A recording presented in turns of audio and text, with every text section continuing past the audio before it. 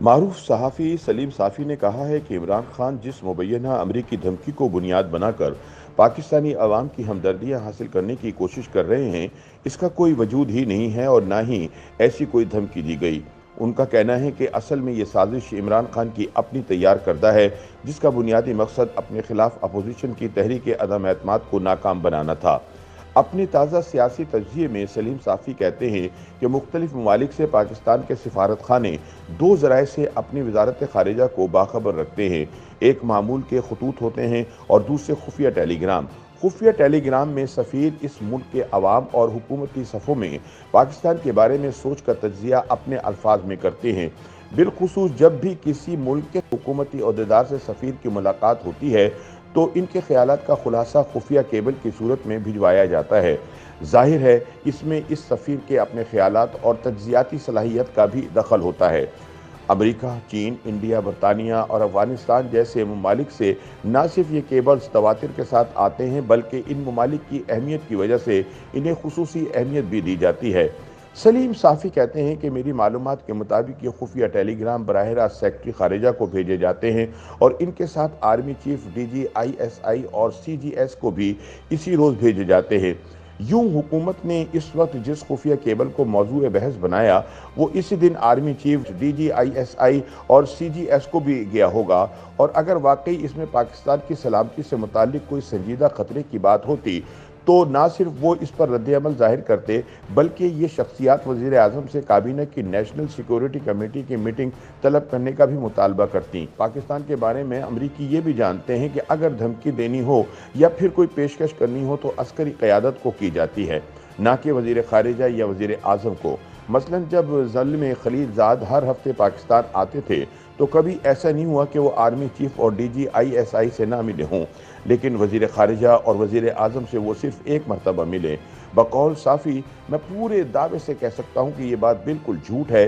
کہ سی آئی اے چیف جب پاکستان آئے تھے تو عمران خان نے ان کے ساتھ ملاقات سے انکار کیا تھا، بلکہ حقیقت یہ ہے کہ عمران کو ان کی پاکستان آمد اور آرمی چیف اور D G I S I سے ملاقات کا پتہ ہی تب چلا جب وہ پاکستان سے واپس جا چکے تھے۔ اس پس منظر کو سامنے لانے سے مقصود یہ ہے کہ امریکہ کو اگر کوئی سنجیدہ پیغام دینا ہوتا تو وہ براہ راست عسکری قیادت کو دیتا، نہ کہ وہاں پر موجود ہمارے سفیر کو۔ صافی کہتے ہیں یہ تو ہم سب جانتے ہیں کہ اس وقت امریکہ پاکستانی ریاست سے ناراض یا نالاں ہے۔ ایک وجہ تو افغانستان ہے، دوسری وجہ یہ ہے کہ امریکہ کی خواہش ہے کہ پاکستان ماضی کی طرح صرف اس کے کیمپ میں رہے، لیکن جنرل کیانی اور آصف زرداری کے دور میں پاکستان نے روس اور چین کے ساتھ اسٹریٹجک تعلقات کا آغاز کر کے یہ پیغام دیا تھا کہ پاکستان مزید امریکہ کی طرف نہیں دیکھے گا۔ اس دور میں صرف امریکہ کے خلاف برائے نام نعرے نہیں لگائے گئے تھے بلکہ نیٹو سپلائی بند کر دی گئی تھی۔ بلوچستان میں ان کے اڈے واپس لیے گئے اور سپلائی تب بحال کی گئی جب امریکہ نے معافی مانگ لی۔ جنرل قمر جاوید باجوہ بھی اسی پالیسی کو لے کر آگے بڑھ رہے ہیں۔ اسی طرح سی پیک اور چین کے ساتھ قربت سے بھی امریکہ خوش نہیں اور چین کے تناظر میں اس نے انڈیا کو اپنے اسٹریٹجک پارٹنر کا درجہ دے دیا ہے۔ سلیم صافی کہتے ہیں کہ اب صورتحال یہ ہے کہ امریکہ کے اسسٹنٹ سیکرٹری آف اسٹیٹ برائے جنوبی ایشیا ڈونلڈ لو سے امریکہ میں تعینات پاکستانی سفیر اسد مجید نے 7 مارچ کو الوداعی ملاقات کی۔ اس ملاقات میں ان کے ساتھ ایک اور سفارتکار بھی موجود تھے اور وہ بھی پاکستان میں اپنے باسز کو بتا چکے ہیں کہ ایسی کوئی بات نہیں ہوئی جس طرح حکومت پیش کر رہی ہے۔ اس ملاقات میں شاید انہوں نے روایتی گلے شکوے کیے۔ اس طرح کی ملاقاتوں میں عموماً دونوں ملکوں کی سیاسی صورتحال بھی ڈسکس ہوتی ہے۔ چنانچہ ہو سکتا ہے کہ پاکستان کی سیاسی صورتحال پر بھی بات چیت ہوئی ہو اور ڈونلڈ لو نے یہ بتایا ہو کہ عمران خان ایڈمنسٹریشن کی موجودہ پالیسیوں کے ساتھ تو چلنا مشکل ہے، لیکن نئی حکومت نے اگر کچھ مثبت اقدامات کیے تو ان کے ساتھ کام ہو سکتا ہے۔ پھر اس طرح کی ملاقاتوں میں ہر ملک اپنے مطالبات دہراتا ہے اور جواب میں سفیر اپنے ملک کا موقف پیش کرتا ہے۔